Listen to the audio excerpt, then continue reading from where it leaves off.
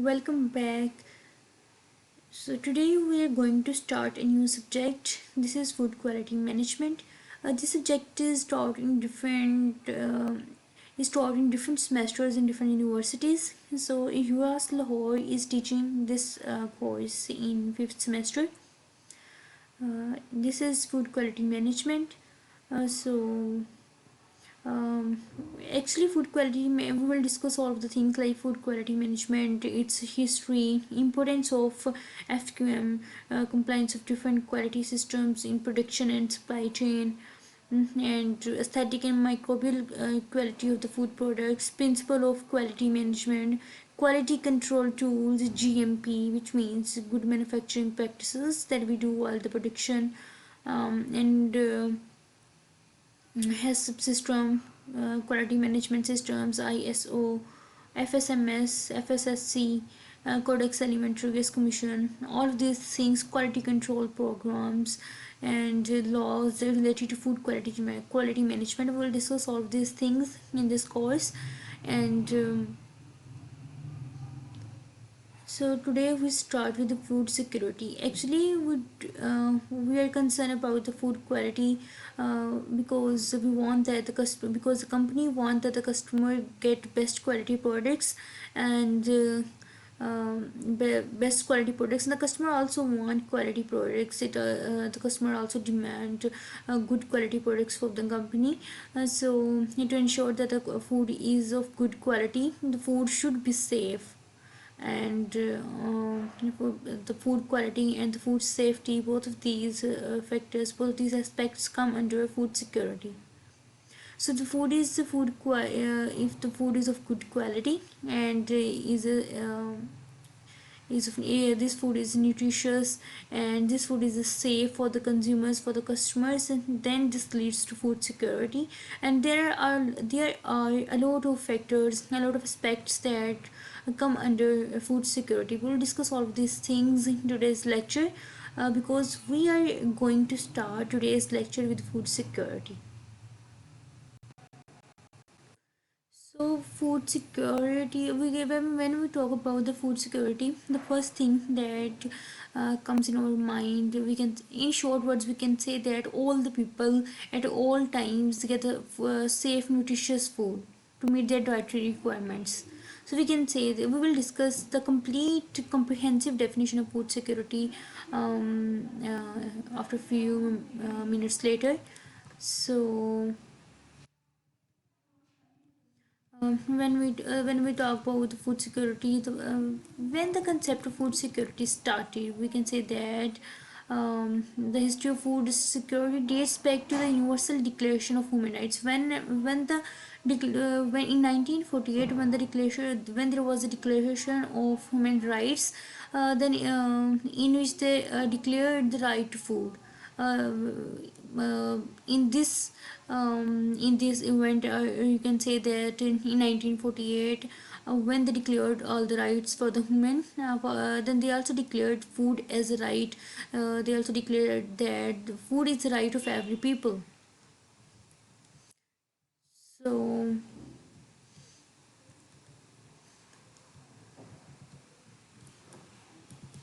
this is the definition of food security. Like whenever we talk about the food security, yeah, this is the perfect definition of food security. Like, it exists when all people at all times have physical, social, and economic access to sufficient, safe, and nutritious food to meet their dietary needs and food preferences for an active and healthy life.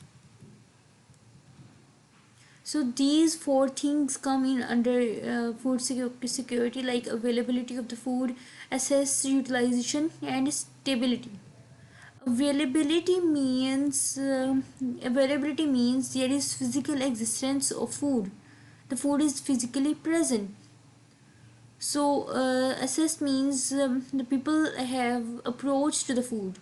It can A lot of factors come under the category of access, like people have do the people have enough money to buy the food, or they have the resources to get the food. And then come the point utilization, when the food is physically present and people have access to them, but are they utilizing the product wisely? Then comes the utilization concept. And then at the fourth point is stability. So as I talked earlier, that availability, food availability means that the physical existence of food.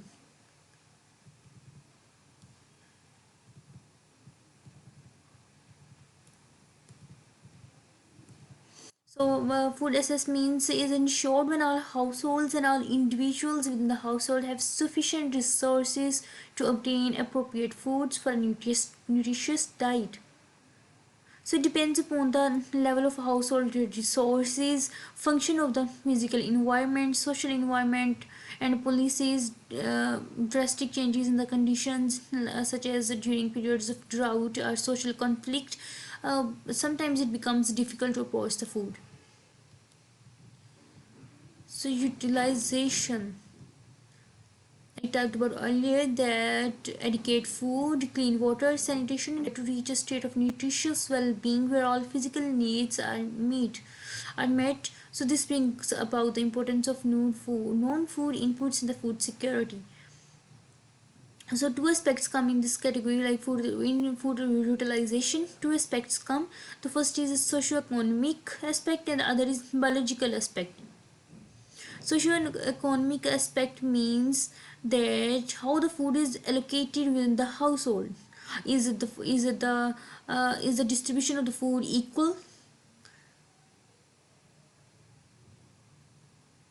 and the food that is being consumed is balanced among the individuals. So when we talk about the biological utilization of food, to take food and translate it to either activity that is used to undertake daily activities or is stored. So utilization requires not only an adequate diet but also a healthy physical environment. A healthy physical environment means safe drinking water, adequate sanitary facilities. When we talk about the food utilization, then knowledge, the most important point, the knowledge also comes in this category, that the people that are utilizing the food, do they have the proper knowledge to utilize the food? So food stability, it means that all people get the food at all times. So when we talk about the food stability, then it can be chronic food insecurity. It means that the needs of people are not being met on ongoing basis. And transitory food, yeah, chronic food is insecurity, you can say that it is a persistent insecurity. So transitory food insecurity, this is of temporary nature. So transitory food insecurity is a temporary, like an ability to meet food needs is this is of temporary nature, and this can be as a result of a drought or any drastic condition. So when we talk about cyclical food insecurity, food instability, and then this occurs in a regular pattern. This leads to food insecurity in a regular pattern. For example, if I give you the example in Pakistan of wheat, um, when there is a harvesting season for the wheat, then before just before, towards approximately 1 or 2 months before harvesting time, there is a shortage of wheat. So its demand increases, and but its supply is less. So we can say that this also leads to food insecurity. Then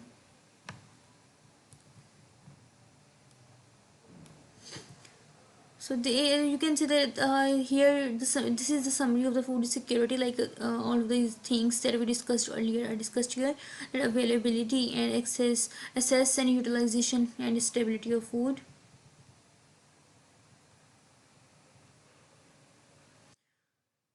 Here is the important point, like if people have an if this is here are the things that are being discussed is assess availability, utilization and stability, and the relationship between them. Like if people have money to buy food, but there is no food available in the market. Like there is no availability of the food, physical existence of the food, then people are at risk of food insecurity. And similarly, if food security is also about quality, our body must be healthy to enable the nutrients to be absorbed. Sometimes diseases can cause some problems that lead to indigestion. So that's why our body is not able to digest the nutrients properly. So this can also lead to food insecurity because the body is not utilizing the nutrients properly. So these dimensions should be stable over time. Like if first of all we talk about the physical existence of food, there should be physical existence of food. Then at the second, the people have enough resources to approach that food. Then at the third point, there should be the proper utilization of the food. Then we can say that there is a stability. This leads to the fourth stage, that is a stability. So here the differences are given between the chronic food insecurity and transitory food insecurity.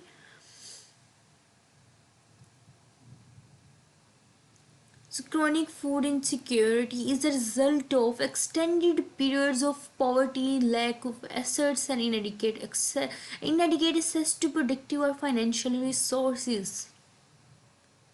So the solution of this chronic food insecurity needs a proper plan, but this can be reduced with proper planning.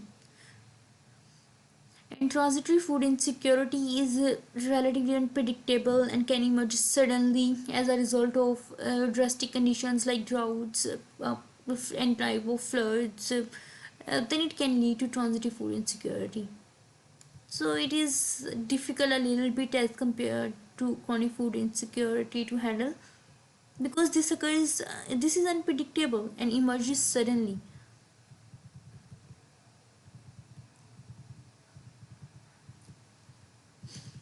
If we answer this question, do we have enough food to feed everyone in the world?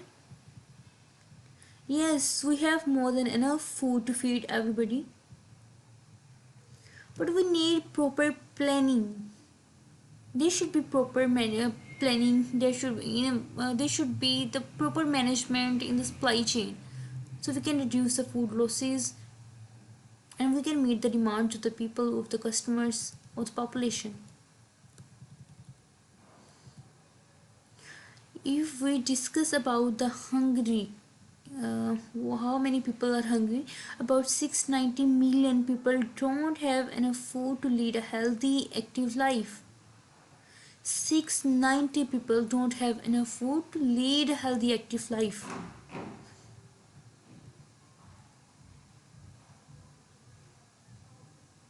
So hunger malnutrition is the number one risk to health.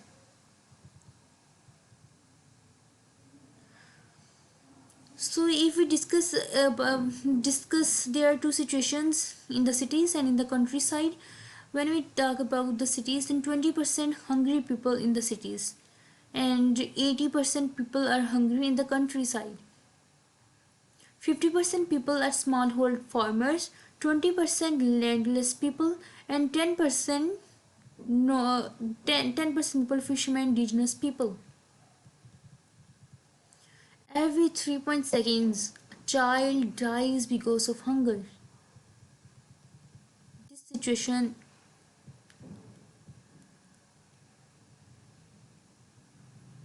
so hunger has no boundaries. It can affect any every country. Like hungry or food insecurity can affect any country. It may be Pakistan, it may be India, it may be Japan, it may be USA. It can be any other country. It can affect any other country. So it has no boundaries.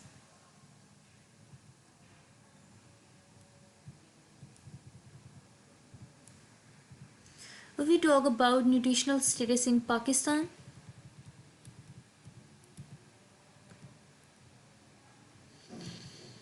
according to National Nutritional Survey 2018, About 63.1% people are food secure. Here the circle is mentioned as the cursor is showing here. 63.1% people are food secure. 11.5% people are the situation is mild. It's not too severe. The situation is mild.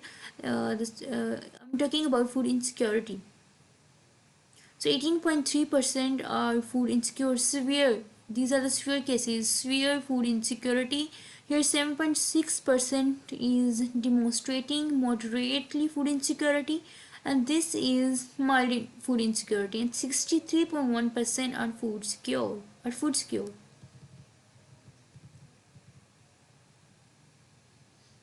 So the children under 5 are facing malnutrition.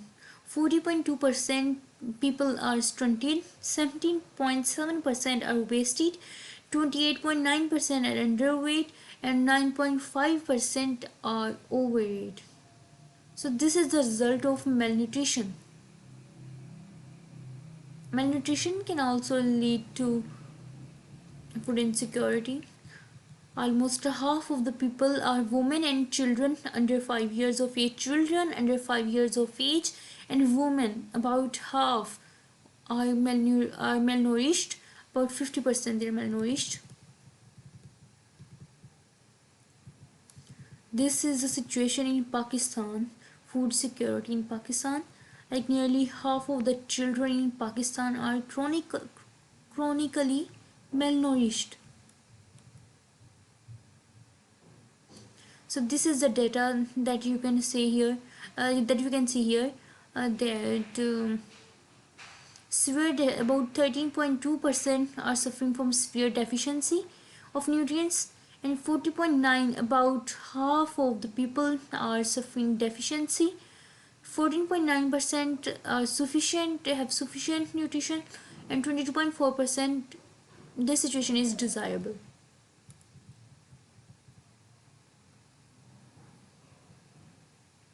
So here is a scenario of adolescents nutrition, about 10 to 18 years old people. Adolescents, this percentage is for the normal people. Here the underweight, overweight, and obesity. Here the situation of obesity.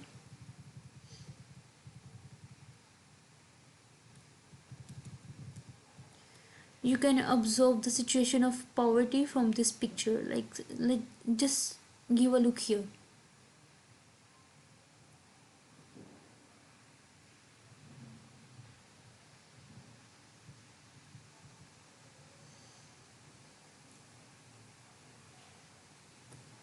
So uneven income distribution. Uh, this is also very sad. That 20% of the world's population lives on the equivalent of less than US dollar $1 a day. So the income of the richest 1% of our planet equals that of the poorest 57%. You can observe from these statistics that how to which extent there is uneven income distribution.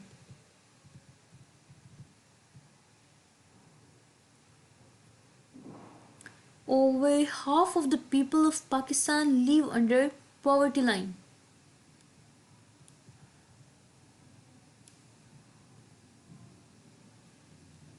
So what are the some? We will discuss some of the issues that are affecting the world food security. The increasing population. In 2009, the world population was 6 billion. By 2050, it is predicted to reach 9 billion. The population is increasing day by day, but our resources are not increasing at the rate. So these resources are not enough to feed a population of 9 billion people. Our changing diets, as countries develop and people become richer, then they tend to eat a more varied diet, including more meat, which requires more energy to produce. This means there is more competition for the same type of food. So our changing dietary habits are also affecting the food security situation. This reduced arable land, the drive to produce more biofuels for transport uses edible crops and has reduced arable land.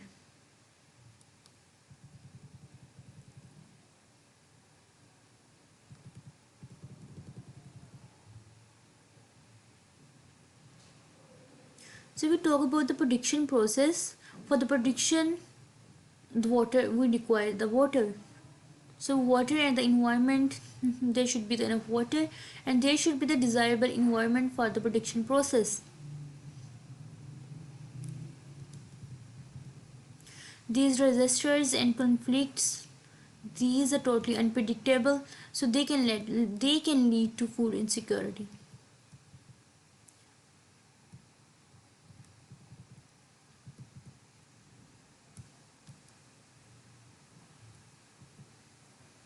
You can observe from this graph here that from 1800 to 1900, see the increase in population, this is 1 billion, and just observe from 1927 to 1960, and then from 1960 to 1974, just observe the rate at which the population is increasing.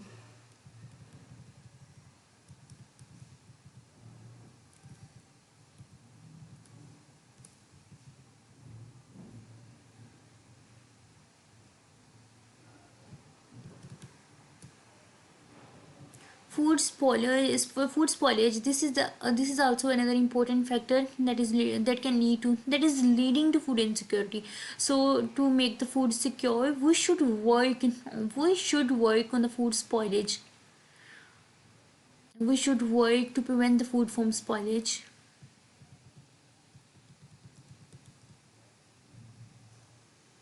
So here is the scenario in the US and in developing countries. So can we feed 7 billion people? It's becoming impossible for us because there is more wastage of the food. About half of the food is wasted. If we talk about the United States, then 40% of the food is wasted. Similarly, 40% of the food is being wasted in the developing countries. The reasons may be different in both scenario. The reasons may be different, but the food but the loss of the food is 40%. We should focus to reduce this loss so that we can make the food secure. Gender equality this is another factor.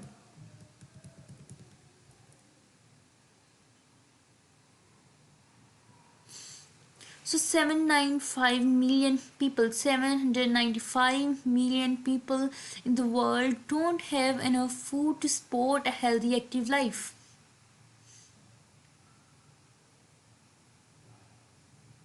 If women farmers had the same access to resources as men, the number of hungry in the world could be reduced by up to 150 million people. You can say that this is a solution point.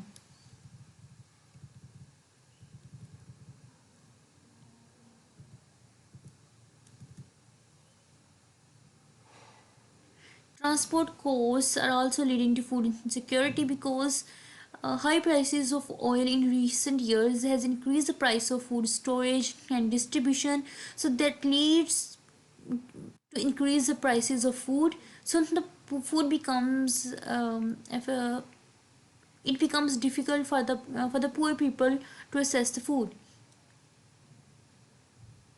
Then climate changes can also lead to food insecurity, pests and diseases, food spoilage, and post-harvest techniques, corruption and political instability. This is also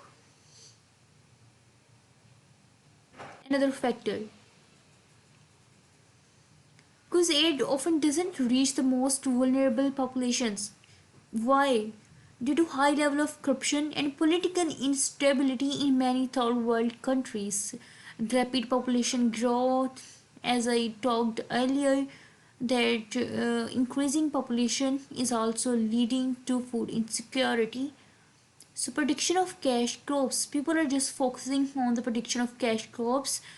So that's why this is leading to food insecurity. But if we focus on the prediction of edible crops, and then we can somehow we can control, we can make the food secure.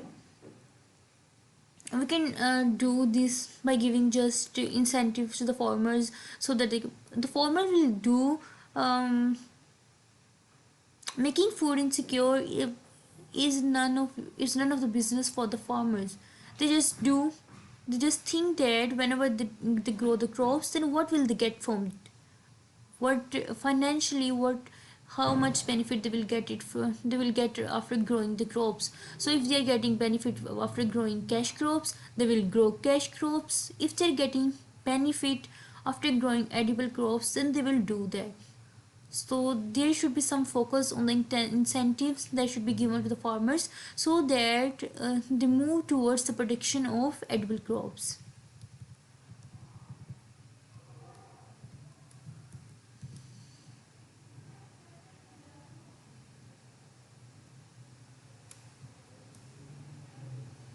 So